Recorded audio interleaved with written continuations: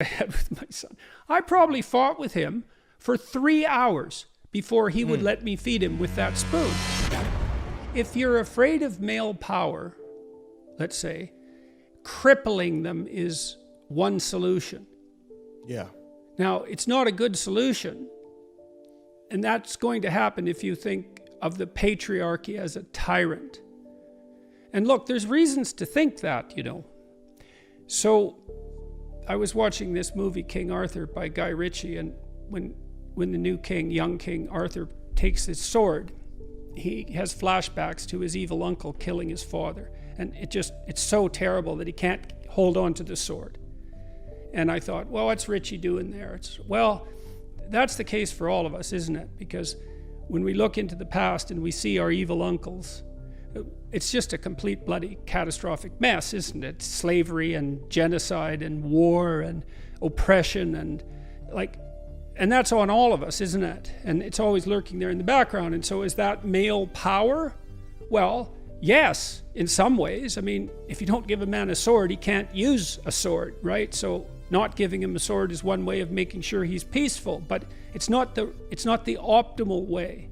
And besides, if you cripple men, they become far more dangerous. They become dangerous in an terrible underground fashion. Of course, the same is exactly true if you cripple women, but we're speaking particularly of boys, because I suppose there's an education crisis among boys and young men. Well, you want to encourage that power because it's actually a tremendous force for good if it's brought under control. And so, but that's a hard thing to get right. And it also requires a lot of trust and work on the part of women because they want to, it's like Beauty and the Beast, right? Because beauty entices that beast who's real, but uncivilized and dangerous. She sort of entices him into becoming fully developed. And that's what a woman has to do when she, has that work project that she marries or has a long-term relationship with. But it's much better to encourage with faith and trust and say, I saw this really with my son a lot with my son because he is an ornery little cuss. He's quite low in agreeableness, my son, and he loved the word no, and he really worried that word to death. And he was quite, he pushed limits. And it was fun to watch because he was such a little guy. Like, I'll give you an example of this. It's quite funny. When he was about 8 months old, he wanted to use the spoon. And it's like, good, kid, so you want to use the spoon. And you got to learn and so on. And then when he had the spoon, there was no damn way you were going to take that spoon from him. He was going to put up quite the bloody fuss if you were going to take that spoon. But he was also really inclined to play. And so after he'd had the spoon for about 2 weeks, he would spend way more time playing than eating. And that was okay, not really, because then he would be hungry, and then he would be crabby, and then he wouldn't have a nap, and then he would upset my wife because he was crabby because he didn't have a nap, and things were just degenerating. And so I thought, all right, I'm going to take the spoon from him because he isn't eating enough. And I fought with him. That's the fight I had with my son. I probably fought with him for 3 hours before he would let me feed him with that spoon.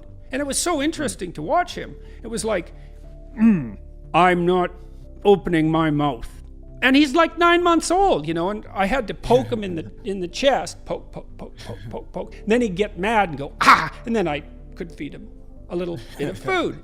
And I wasn't angry, because I knew I could outweight it. 9-month-old, for God's sake, but 3 hours, and it was really hard on my wife. She had to leave the room, and because it took some conflict. Well, that's his character. He was a tough little kid and inclined to push boundaries and to challenge dominance hierarchies. And, there is an element of that is challenging and difficult, but he became unbelievably diplomatic from worrying that line, And my wife did a lovely job of shaping and molding that and encouraging it because she wasn't afraid of that, and she really loved him. And so my wife likes men so sort of deeply. She had her elements of distrust that were part of familial baggage, and everybody has that, but fundamentally she liked men and she likes to be with men.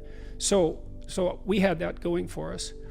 But we're afraid of masculine Women who've had bad experiences with men can't distinguish competence from tyranny.